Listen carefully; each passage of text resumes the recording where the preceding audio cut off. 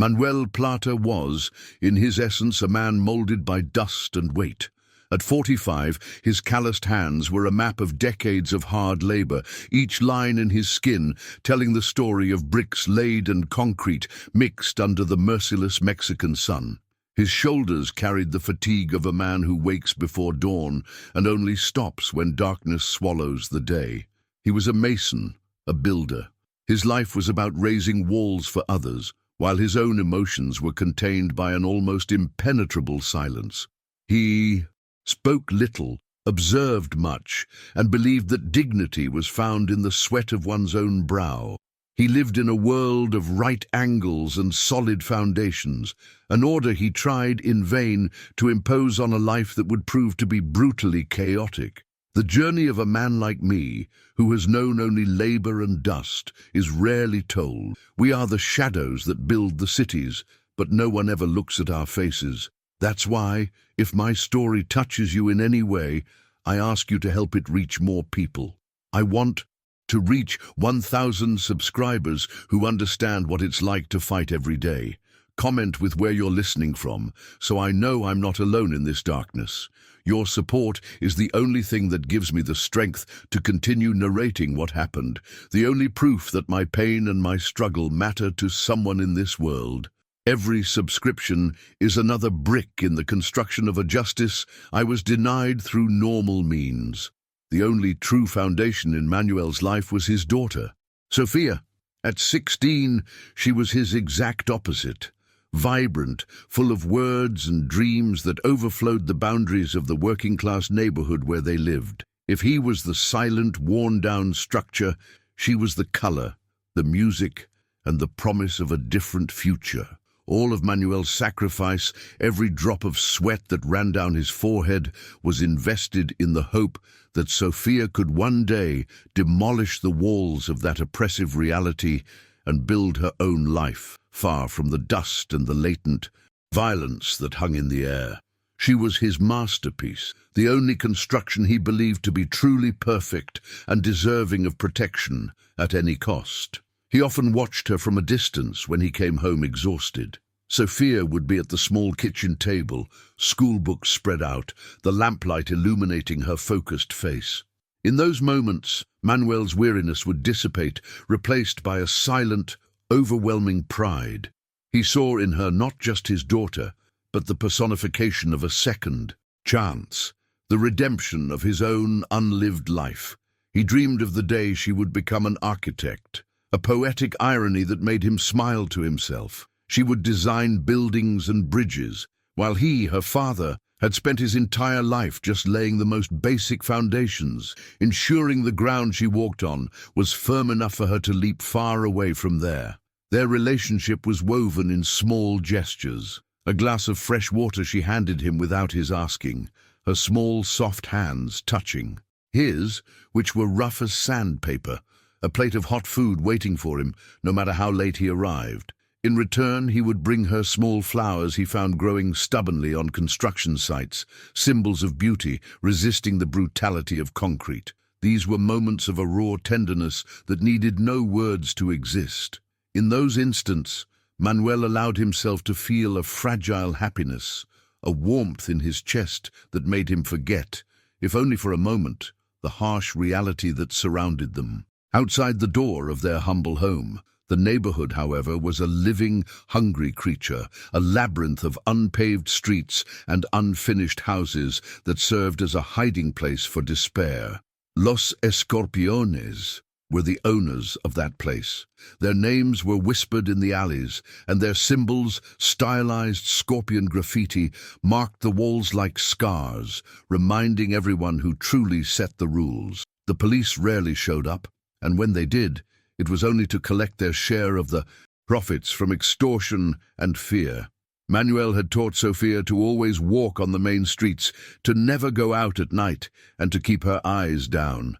He knew the fragility of the peace that existed there, a rotten equilibrium maintained by corruption and violence.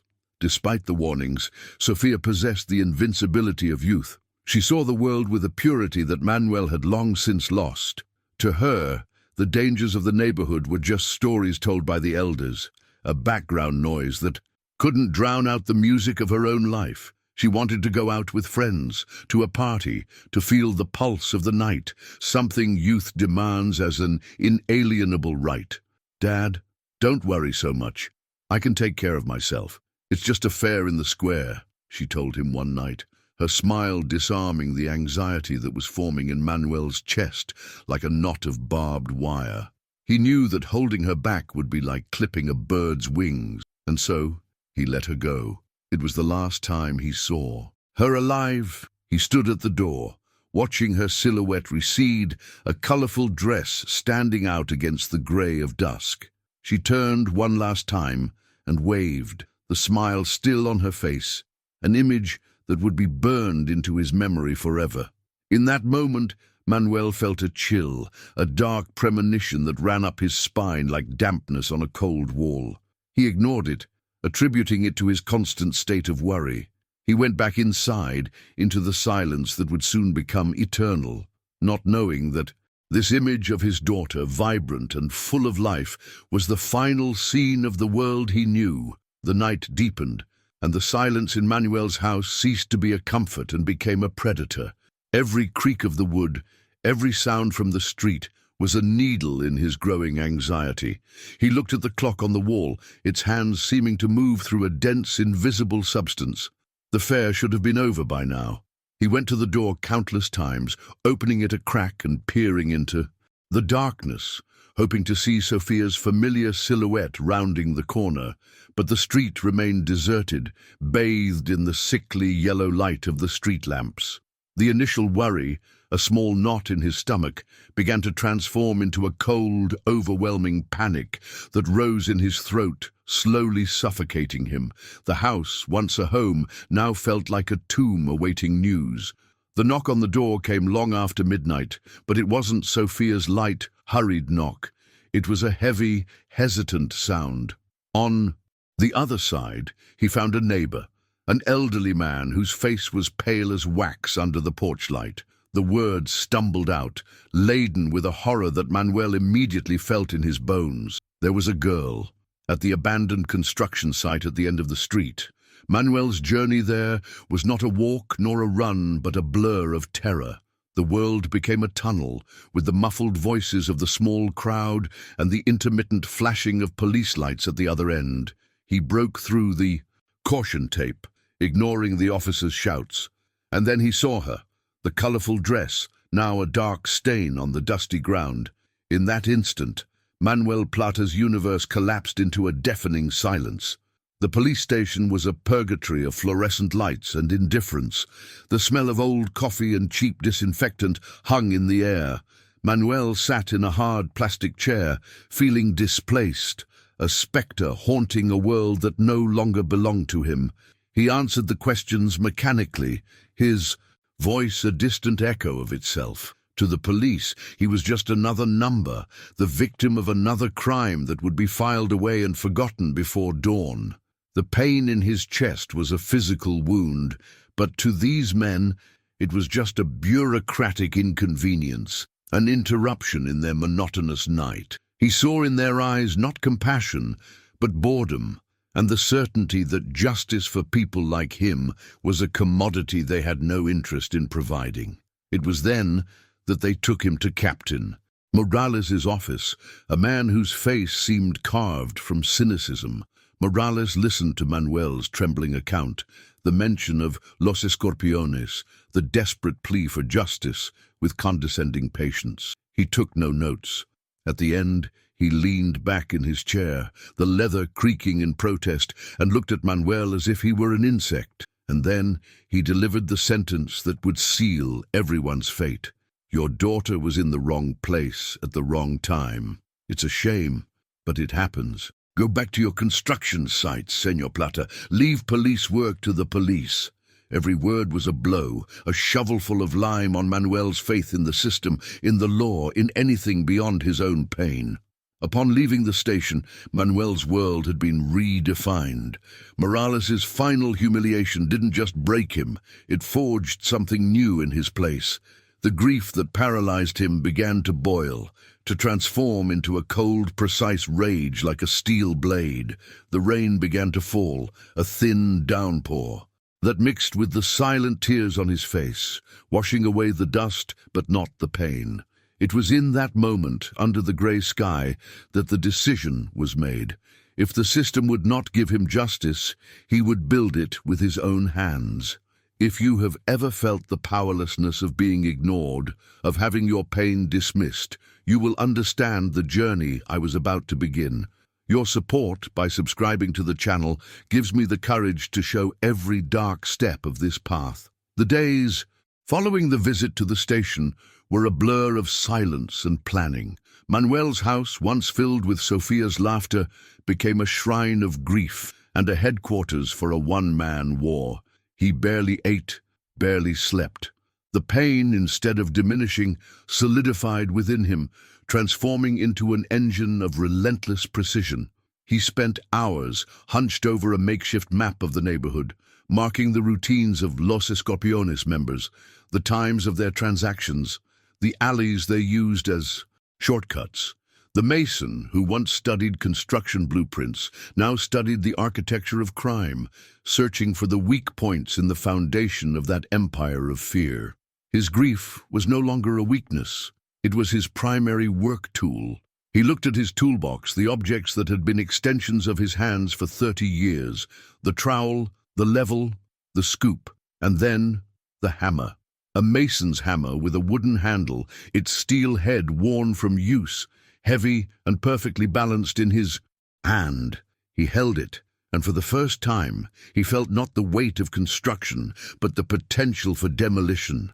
The same tool he had used to build the small garden wall where Sofia planted flowers would now be used to tear down the men who destroyed her. In that moment, the object was rechristened in his mind. It ceased to be a tool of creation and became an instrument of retribution, a dark symbol of his new and terrible vocation. His first target was a young man named Rico, one of the gang's low-level lookouts, known for his big mouth and casual cruelty. Manuel watched him for 3 days. He learned that he always ended his shift at a cheap bar, from which he would leave drunk and alone, ducking into a dark alley to urinate before heading home. Manuel's patience was that of a hunter. He felt no rush, only a cold certainty. On the 3rd night, he waited, hidden in the shadows of an abandoned building bordering the alley. The air was heavy, and the only sound was the buzz of a faulty neon sign. Manuel felt no anger, no fear, only a focused emptiness, a purpose as clear as the plumb line he used in his daily work. When Rico staggered into the alley, muttering to himself, Manuel emerged from the shadows. There were no words, no warning. The first blow was clumsy, driven by a raw fury he could barely control. The sound of the impact, a dull, wet thud, echoed in the alley, more horrific than anything he could have imagined. It was a brutal act, devoid of any heroism. It was violence in its purest, most desperate form. The mason, the man who had spent his life building, had just deconstructed a human life with terrifying efficiency. Rico's body fell without a sound, and Manuel stood there panting, the hammer heavy in his hand, the smell of blood and cheap alcohol in the air. He stumbled back home, his heart hammering against his ribs, nausea rising in his throat. He went into the bathroom and vomited violently, his body shaking with uncontrollable spasms. When he lifted his head and looked in the mirror, he didn't recognize himself. The face staring back was that of a stranger, stained with blood, with eyes that held an abyss. The image of Sofia, smiling, flashed in his mind, followed by a wave of shame and pain so intense it almost brought him to his knees. He had crossed a line, and he knew with a terrifying certainty that he could never go back. The man his daughter loved, the gentle, hard-working father, had died in that alley along with Rico. The news of Rico's death spread through the neighborhood like wildfire. The body was found the next morning, and the brutality of the act shocked even that community accustomed to violence. The police, under Morales's orders, logged the case as just another internal gang settling of scores, predictable and unimportant. But the residents knew it was different. There was a silence in the air, a tension. The fear of los escorpiones was still there, but now it was mixed with something new, a perverse spark of hope. Someone was fighting back. An unknown force had moved in the shadows, and for the first time in years, the predators seemed to have become the prey. Manuel's second attack was different. The blind fury of the first act gave way to calculated precision. His target was one of the gang's extortion collectors. Using his knowledge of structures, Manuel set a trap in a building under construction. He sabotaged a scaffold, creating a weak point that looked secure. He lured the man to the site under a false pretense, and from across the street, from the shadows of another building, he watched. When the man stepped on the exact spot, the structure gave way. The death looked like a work accident, but to anyone who looked closely, the sabotage was clear. Manuel learned fast. Brute force was effective, but intelligence was a much deadlier weapon. That was how the legend was born. In his second attack, amidst the confusion, he dropped the hammer on the ground for an instant, before retrieving it and disappearing. A worker who saw the scene from afar mentioned to the police that he had seen a man with a hammer. The story leaked to a local tabloid, which splashed it on the front page. El Martillo hunts the scorpions. The name stuck. Suddenly, Manuel's revenge had an identity. He was no longer a grieving father, but a spectre, an anonymous vigilante who became the subject of every whispered conversation in the markets and cantinas. El Martillo was fear, incarnate for the guilty, and an ambiguous symbol of justice for the oppressed. The change in Manuel did not go unnoticed by Father Francisco, the local parish priest who had known him since childhood. The priest saw the darkness gathering in Manuel's eyes, the weight on his shoulders that was no longer just from labor. In their conversations after Mass, he tried to break through Manuel's wall of silence. "Vengeance is a poison we drink, hoping the other person will die, my son," the priest said, his voice soft but firm. "Sofia's soul needs peace, not more blood. Do not lose yourself in the darkness that took her." He offered absolution, a path back to the light, but he could see that Manuel's heart was already paved with another kind of faith. Manuel listened to the priest's words, but they seemed to come from a distant world, a world to which he no longer belonged. He attended church not seeking forgiveness, but perhaps seeking one last connection to the man he had been. He would sit in the back pew, the smell of incense and candles contrasting with the metallic scent of blood he imagined was ingrained in his skin. The internal struggle was a torment. Every life he took pushed him further from the memory of his daughter, the very memory that drove him. He feared becoming the monster he hunted, but the desire to annihilate those who destroyed his life was a force more powerful than any prayer. The rise of El Martillo sent shockwaves through the underworld. El Alacrán, the sadistic and calculating leader of Los Escorpiones, watched his men being eliminated one by one, and his once untouchable businesses began to crumble. Discipline in his gang was replaced by paranoia. His members looked over their shoulders, seeing the vigilante in every shadow. On the other side, Captain Morales was furious. The vigilante wasn't just killing criminals, he was exposing his incompetence and threatening the flow of bribes that maintained his lifestyle. The hunt for El Martillo became a priority for both, an unholy alliance between the law and crime united against the brutal justice that Manuel represented.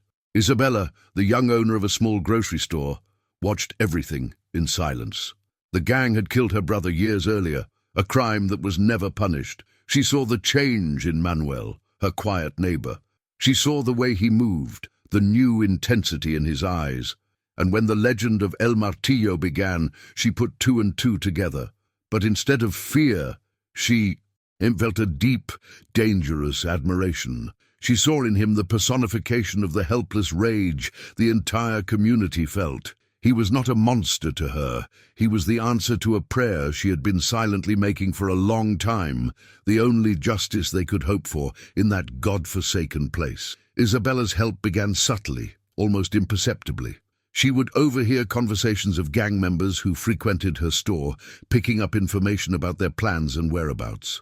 One night, she wrote the address of a warehouse where the gang would be storing a drug shipment on a napkin, and left it under a rock on a park bench she knew Manuel passed on his way home. There was no exchange of words, not a glance of recognition. It was a silent act of faith, an alliance forged in shared pain and a mutual desire to see El Alacran's empire crumble to ash. For Manuel, that napkin was a sign that he was not completely alone in his dark war. With Isabella's information, Manuel's actions became bolder and more strategic. He went from being just a killer to a saboteur. He broke into the warehouse mentioned in the note, and instead of confronting the men, he set the shipment on fire, turning $1 million into toxic smoke. He used his knowledge of construction to cause leaks, cut electricity, and sabotage vehicles, creating chaos in El Alacran's operations. Every act was a message, every attack a demonstration that he could get to them anywhere, anytime. He was no longer just hunting the scorpions. He was destroying their nest, stone by stone. In the midst of this demolition campaign, a moment of hesitation nearly broke him. He cornered his next target, a skinny, terrified teenager who couldn't have been much older than Sofia. The boy, a mere messenger for the gang, fell to his knees and begged for his life, crying and calling for his mother. In that terror-stricken face, Manuel saw not a monster, but a lost child, a product of the same rotten system he was fighting. For an instant, the hammer in his hand felt like it weighed a ton. The image of Sofia, her smile, her kindness, flooded his mind. What would she think of him in that moment? Was he a bringer of justice, or just another murderer? This hesitation haunted him for days. Alone in his room, surrounded by the memories of his daughter, he felt he was on the edge of a precipice. The line between justice and vengeance had become an indistinguishable blur, and he feared he had lost himself forever in the darkness. In his quest to destroy monsters, had he only created a new one, perhaps even worse? This is a lonely path, and sometimes the only thing that keeps us standing is knowing that someone, somewhere, understands our struggle. If you understand the weight of carrying a pain that transforms you, subscribe and help me continue telling this story. I want you to know that even in the deepest shadows, we are not alone. While Manuel wrestled with his conscience, Captain Morales intensified his hunt. Disregarding the official investigation, he used his informants and brutal methods to uncover the identity of El Martillo. He didn't want to arrest the vigilante, he wanted to eliminate him. El Martillo was a symptom of disorder, a variable that threatened the corrupt ecosystem Morales so carefully controlled. The hunt became personal. For the captain, it wasn't about law and order, but about reasserting his power and ensuring that no one, not even a victim seeking revenge, could challenge his authority in the neighborhood. The police and the gang were now hunting the same man for different reasons. Feeling the pressure, El Alacran decided to force his enemy's hand. He devised a cruel trap using the owner of a mechanic shop who had refused to pay protection money as bait. He spread the rumor that the mechanic would be punished publicly on a specific night, hoping that El Martillo's sense of justice would draw him into an ambush. It was a dangerous game, a direct challenge to the vigilante. El Alacran wanted to prove to the community that his power was absolute, and that the ghost haunting them was nothing more than a man of flesh and blood, a man who could bleed and die like anyone else. Manuel learned of the trap through Isabella. He found himself in a terrible dilemma. He knew it was an ambush, a monumental risk that could cost him his life and expose his identity. His mission was to avenge Sofia's killers, not to be the protector of the neighborhood. Yet letting an innocent man die to protect himself felt like a betrayal of everything he had once stood for. With a heavy heart, he made his decision. He couldn't save the world, but maybe he could save this one man. He would walk into the trap, but on his own terms, using his knowledge of the terrain to turn the tables on the hunter. The night of the ambush was a chaos of shadows and violence. Manuel used guerrilla tactics, appearing and disappearing in the darkness of the alleys surrounding. The workshop, creating distractions and sowing confusion among El Alacran's men. He managed to free the mechanic, but in the process he was cornered for a moment. A bullet grazed his leg, a sharp pain that made him stumble. He managed to escape, diving into the darkness, but he left a trail of blood. He was wounded, vulnerable. The aura of invincibility of El Martillo had been shattered. Now his enemies knew he was just a man. Bleeding and exhausted, Manuel had no choice but to seek help. He went to the back of Isabella's grocery store, knocking softly on the door. She found him there, leaning against the wall, his face pale with pain. Without a word, she pulled him inside, locked the door, and tended to his wound with steady, calm hands. There were no questions, no accusations, only a silence of understanding and complicity. In that small storeroom, surrounded by the smell of grains and spices, Manuel felt a pang of human warmth for the first time in months. Isabella's gesture not only healed his leg, but also a small part of the wound in his soul, renewing his determination.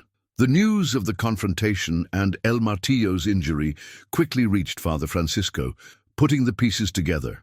Manuel's grief, his reclusive behavior, the timing of when the violence began, the priest finally understood the terrible truth. He sought out Manuel at his home, finding him limping and with his eyes darker than ever.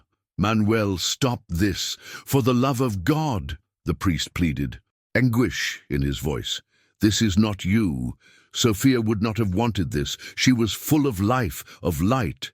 Do not honor her memory by becoming a herald of death. This will only destroy you." Manuel looked at the old priest, the man who had baptized him and given him his first communion, and saw the unbridgeable distance that now separated them. "The man you knew, Father, Sofia's father, he died with her," Manuel said, his voice hoarse and devoid of emotion. "He believed in God, in justice, in goodness. He went to the police, and what he received was mockery. The man standing before you now believes in only one thing, the weight of this hammer and the balance it can bring. What's left of me is not the man Sofia knew. It is only the tool of her vengeance."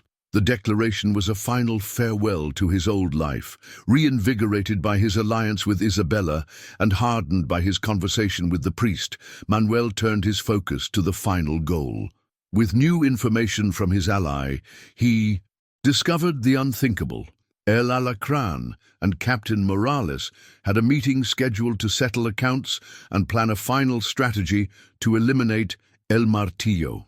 The meeting would take place at the top of a skyscraper under construction, a concrete skeleton that rose over the city. It was the perfect opportunity, the moment to cut off the head of the snake, both of organized crime and corrupt law, in a single, decisive blow. That construction site was Manuel's territory. He knew every steel beam, every empty elevator shaft, every shadow cast by the incomplete structure.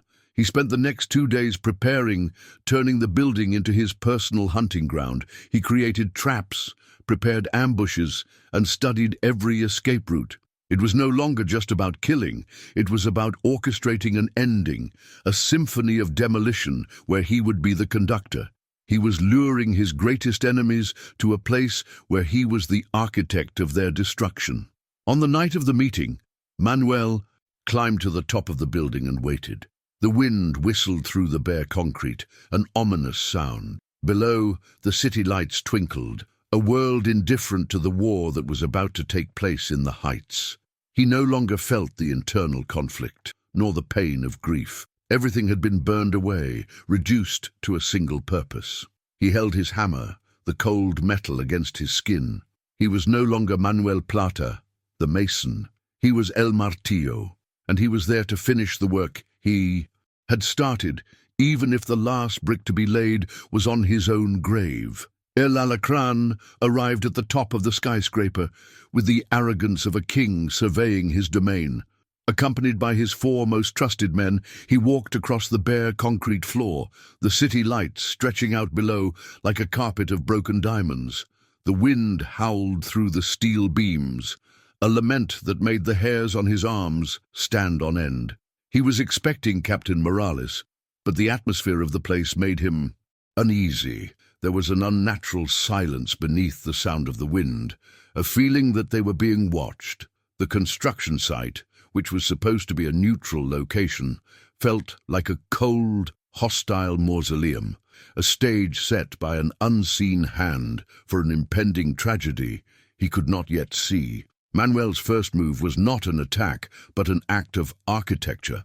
Hidden on a higher level, he released the ties on a pile of steel rebar, which fell with a deafening crash, blocking the only exit and separating El Alacran from 2 of his men.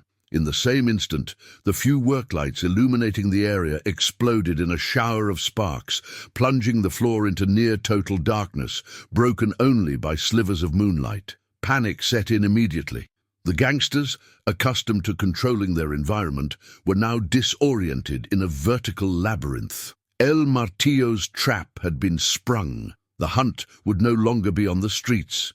It would be in his territory, where the shadows were his allies. What followed was a ballet of brutal and calculated violence. Manuel moved through the darkness with a ghostly familiarity, a predator in his natural habitat. The sounds of struggle echoed through the empty structure, grunts of pain, the panic in the men's voices as they were hunted one by one, and the terrifying repetitive thud of the hammer finding its mark. To El Alacran's men, he was not a man, but an apparition, a demon made of concrete and vengeance. He used hanging chains to create distractions, elevator shafts to amplify the sounds of his approach, and the knowledge of every pillar and beam to appear where least expected. The darkness did not blind him, it freed him. When only El Alacran, wounded and cornered, remained, the beams of powerful flashlights flooded the floor. Captain Morales and 3 of his corrupt officers emerged from the emergency staircase, their guns drawn. But the guns weren't pointed only at the criminal. They were also aimed at Manuel's blooded figure. "Party's over," Morales said, a cynical smile on his face. "I can't have a rabid dog killing my golden goose, and I certainly can't have a witness to it." The captain's plan was simple and final. Eliminate everyone involved. Erase the story of El Martillo and his own corruption, leaving only bodies to tell a story he would invent himself. A high-tension standoff formed under the flashlight beams. Manuel was trapped between the 2 men responsible for the destruction of his life. The monster who killed his daughter and the system that protected him. El Alacran, realizing his desperate situation, tried to bargain with Morales, offering money, power, anything. Morales just laughed. "The problem with you criminals is you don't know when your time is up. And you, Mason," he said, turning to Manuel, "you should have stayed on your construction sites." In that moment, Manuel saw the truth with crystalline clarity. They were not different enemies. They were the same entity, the same evil with 2 faces, and both needed to be demolished. Manuel's decision was that of a builder, not a killer. Instead of attacking directly, he took a step back, and with a strength that came from the depths of his soul, he swung his hammer at a crucial support joint of the unfinished floor, a weak point he had identified days before. It was an act of deliberate demolition, the final moment of his transformation. Here, in this decisive action, I ask you not just to watch, but to connect. With the strength of a man who tears down the world to find justice. If you believe that sometimes you have to destroy to build something new, subscribe and support this story to its conclusion. This is my final hammer blow for my daughter. The concrete groaned, then cracked. With a deafening roar, the section of the floor where El Alacran and Morales stood gave way. They fell, swallowed by a cloud of dust and debris, their cries of surprise and terror cut short by the darkness below. Manuel, who had anticipated the pattern of the collapse, threw himself to the side, grabbing onto an exposed piece of rebar as the floor disappeared from under his feet. He hung there, his body bruised, his breath ragged, suspended over the abyss he had created. The silence that followed was heavier than any sound, broken only by the whistling wind and the dripping of his own blood into the void. Alone, in the ruin that had been his battlefield, he had won. With a broken body and an empty soul, Manuel dragged himself away from the edge of the abyss. Every movement was an agony, a reminder of the physical price of his war. He descended from the skyscraper like a ghost descending from his own tomb, moving through the shadows of the city as it began to stir. Victory brought no relief, no peace, no satisfaction he had imagined. It brought only silence. The fire of vengeance that had consumed him for so long had been extinguished, leaving behind only the cold ashes of a man who no longer knew who he was. He had eliminated the monsters that haunted his world, but now the silence in his mind was more deafening than the screams of his victims. Justice tasted like bitter dust and loneliness. In the following days, the official version of events became the accepted truth. The press reported a violent gang dispute that culminated in a tragic structural accident. Captain Morales was posthumously decorated as a hero who died in the line of duty while trying to arrest the infamous El Alacrán. The figure of El Martillo was treated as a footnote, a mysterious vigilante who was likely one of the unidentified victims of the collapse. The city, eager to close the violent chapter, accepted the narrative without question. The gears of the system, stained with blood, continued to turn, covering up corruption with medals and headlines, and the neighborhood returned to its routine of being forgotten. But in the dusty streets of Manuel's neighborhood, no one believed the official story. The truth was not in the newspapers, but in the silence of the residents, in the exchanged glances, in the sudden absence of the fear that had ruled them for so long. The name El Martillo was not celebrated aloud, but it became a whispered myth, a dark legend of retribution. The scorpion graffiti was painted over with fresh paint, not by the city, but by the citizens themselves. Father Francisco continued to pray for a soul he feared was beyond salvation, while Isabella, in her grocery store, sometimes looked toward the distant construction sites, waiting for a sign that would never come. Justice was not declared, it was felt. Weeks later, a solitary, limping figure moved under the cloak of night to the local cemetery. It was Manuel. The scars on his body were a map of his journey, but the deepest wound, the invisible one, was the one that had hollowed him out inside.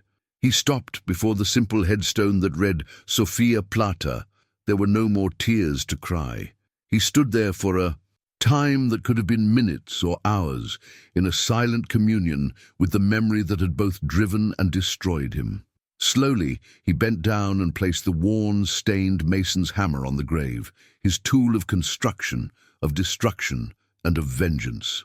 His work was done. He turned and, without looking back, walked away from the grave, away from the city, away from everything he had ever known. Manuel Plata disappeared into the darkness, becoming what his enemies had always said he was, a ghost. Whether he found peace or just a new kind of hell, no one would ever know. He became a story, the grim proof that justice sometimes is not an act of law, but an act of demolition. I thank you for listening to my story to the very end. Your presence gave me the strength to narrate the unspeakable, so that other forgotten voices like mine can be heard. I ask you to subscribe. Your help is the only light in the long darkness.